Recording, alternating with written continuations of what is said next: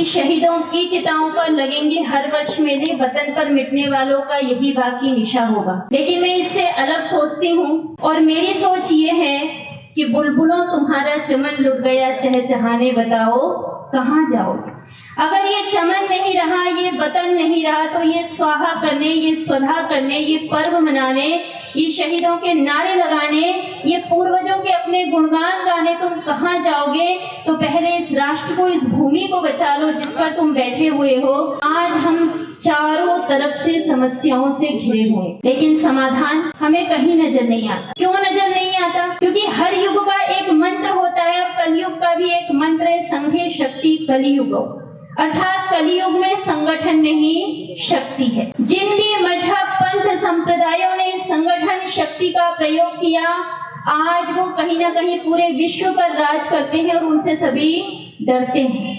लेकिन जिस संस्कृति ने, जिस संगठन ने इस बात को खत्म कर दिया, जिन्होंने अपनी एकता को मजबूत नहीं किया, जो सहिष्णु बन गए, संवेदनशील बन गए, आज वो कितने देशों से मिटा दिए गए जिनका एक समय में चक्रवर्ती साम्राज्य हुआ करता था। महाराज मनु ने घोषणा की, एतत् देश प्रसूतस्य शकाशादग्र जन्मनः स्वं स्वं चरित्रम शिक्षेरन् पृथिव्यां सर्वमानवः।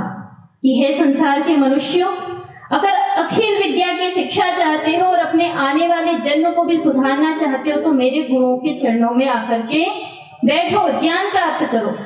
जिस राष्ट्र के लिए, जिस चक्रवर्ती साम्राज्य के लिए कवि राजा अश्वपति ने घोषणा की थी कि नाना हिताग्ने न विद्वान न स्वैरी स्वैरिणी कुतः, कि मेरे राज्य में कोई ऐसा नहीं है जो चोर हो, ऐसा कोई नहीं अहिताग्नि जो यज्ञ में आहुतियां न देता हो।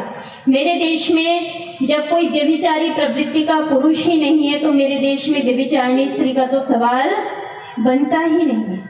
जिस राष्ट्र के लिए इतनी उपमाएं दी जाती हो, जिसको विश्व का गुरु कल भी कहा जाता था और आज भी कहा जाता है, जिसको समस्या के समाधान के लिए सब एकजुट होकर के देखते हैं, आज वो राष्ट्र किस संकट और किस समस्याओं से भरा हुआ है क्या आप जानते?